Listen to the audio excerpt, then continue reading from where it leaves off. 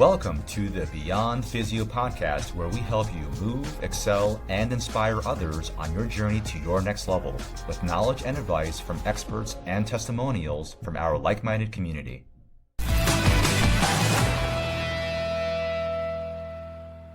On our success story today, I have Jesse Kaluka, who is an ultrarunner in the local area. And Jesse was suffering from an ankle injury and a piriformis injury in the summer, leading up to his race, the Blue Ridge Relay, that was in the fall. We weren't sure if we were going to get him to the starting line, to be quite honest. But thankfully, through our personalized programming, we were able to find out what the root cause was. And we were also able to solve the issues he was having using our regenerative technologies, including shockwave, dry needling, and BFR. So through our programming and through the training he did with us, he was able to get to the starting line. And not only did he have a good race, but he's now back to his full running volume, which is 30 to 50 miles a week.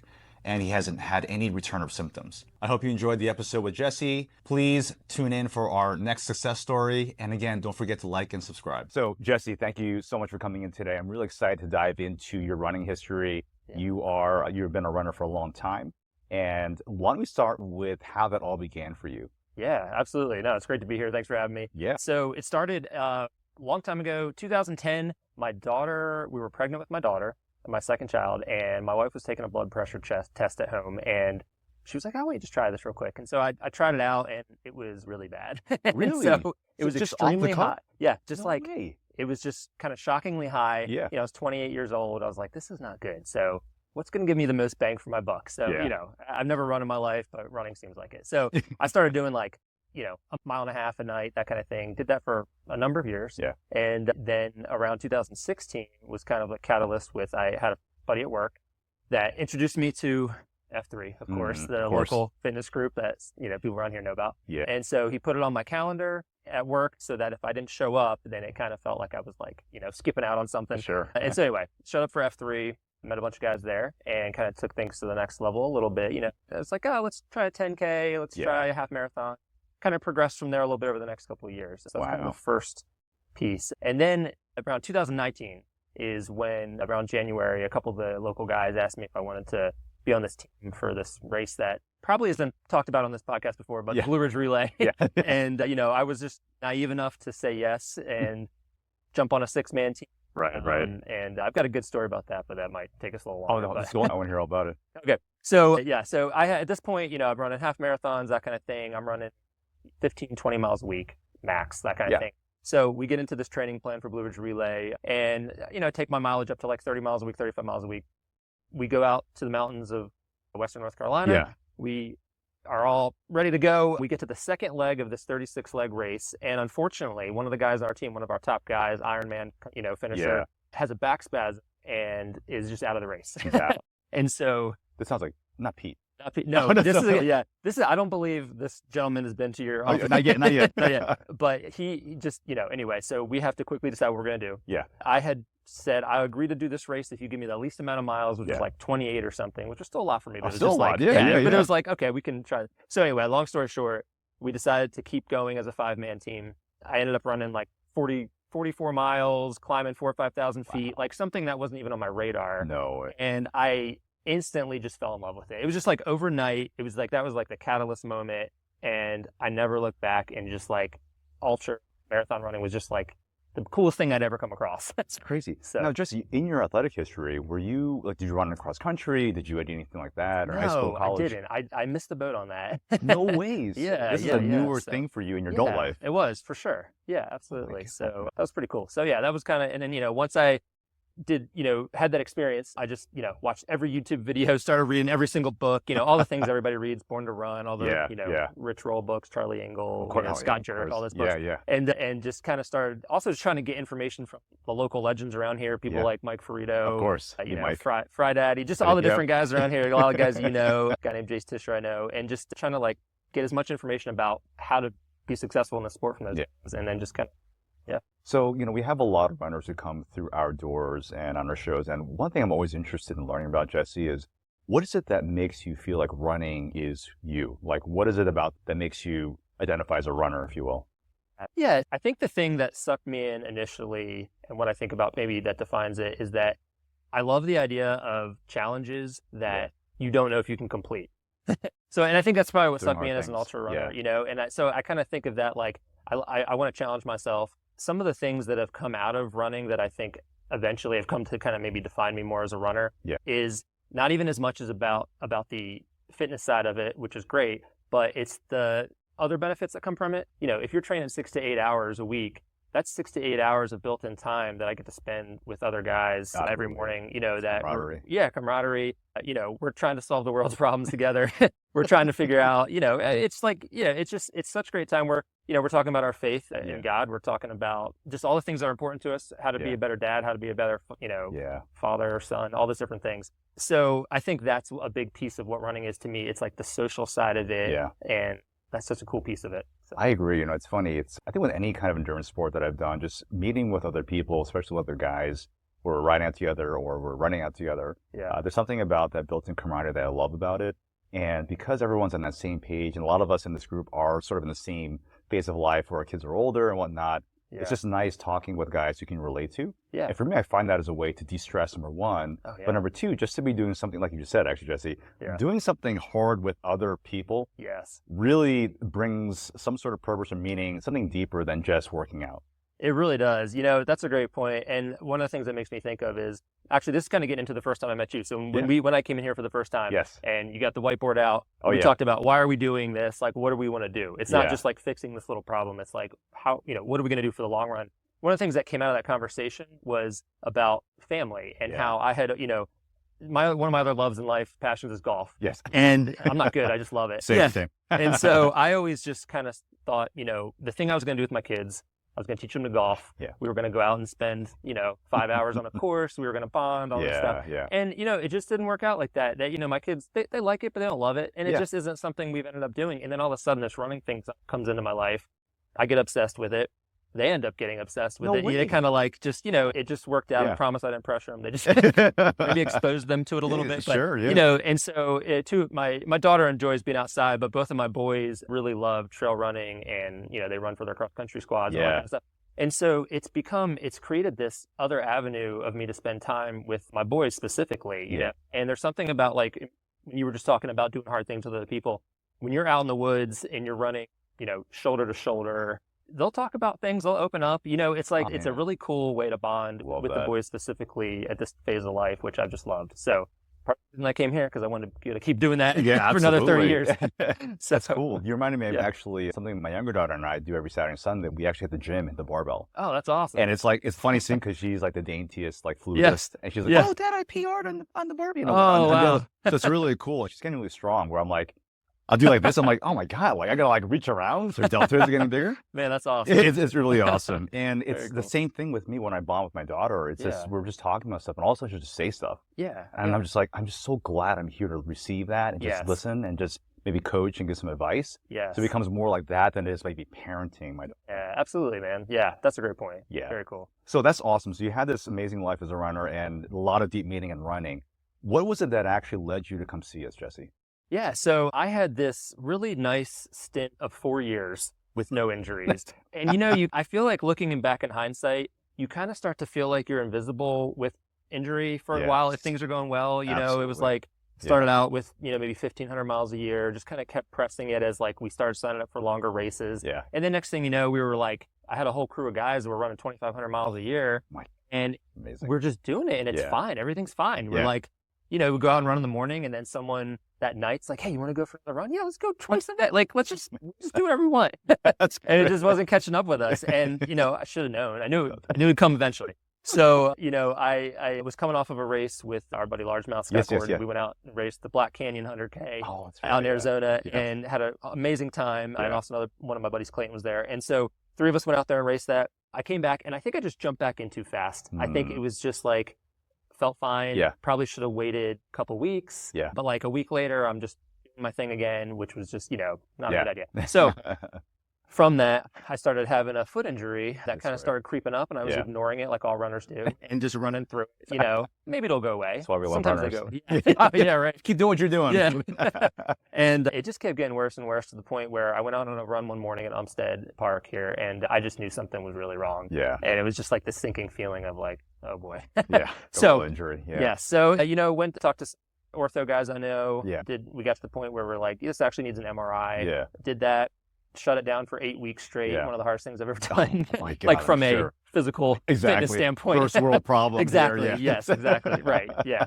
And so then, and so once I did that, trying to come back on it was just not going as fast as I wanted to. Yeah. I had been to other groups in the past for small things over the years, but nothing big. And I just heard such great stories from a couple of my buddies, like some of my closest friends. Yes. And they just said, you got to go see Dr. Jerry. Oh, wow. So that's awesome. that's what led me here. And then when I got here, I loved it just felt like more of like a personal touch. Like I feel like you come in and you have this one-on-one eye contact. There's never more than a few people in here. Yeah. It doesn't feel like an assembly line. Like it's just. You mentioned that day awesome. on. Yeah, I remember saying that. Yeah. So that's what led me here. So, yeah. You know, I'm cool. I'm glad you brought up the whiteboard session. That's something we do for all of our people coming in for that free assessment, to make sure that we provide them with the right roadmap, so that whether or not they come with us, that's fine. It's more about, hey, here's another option for you in case you go somewhere else. Just make sure they bring up these things. Yeah. What was that whiteboard session like for you when you went through that whole thing with us? Yeah, it was cool because I wasn't expecting it. Like I really didn't think that's what we were coming in to do that day, you know? Yeah. And so it just opened my mind a little bit to why I was really here. And for me, it was more of like an acute need. Like I just need to fix this because I've got some races that I need to get to in September. And then once we started talking, I was like, you know what? This is really more about the long run. Yeah, this is about the next 10, 20 years. Yeah. And like changing my lifestyle. And then like, I need to take this home with me and make this a part of my every week. Yes. You know, which is, hard to do. I mean, you know, in the past experiences, it's like you do PT when you need it. Exactly. And then it's easy to just kind of let it go. 100%. Yeah. And that's what we try to drill into all of our runners, especially our guys from F3, because a lot of people are out for the quick fix. Yeah. But like you said, we are in for the long game, and we want to do everything we can to minimize the possibility of injury. Yeah. Or make you resilient if you do get injured, or make you injury resistant. So those are all the things we're trying to go for. We talked a lot about nutrition that day, which, like just all kinds of different things that were really interesting. And then the other thing I'll admit was once Megan was a part of that conversation, and we were talking about a race that was on my radar out in Arizona, and all of a sudden she chimed in about how she had worked at the aid station at that race. Yeah. Like, oh, we have ultra runners here. Okay. They get it. They understand. They're not going to tell me not to race. They're going to help me get to the starting line. So that's just funny. We're really famous for that. It's like, because I had this talk with a coach recently where, you know Brendan Limey?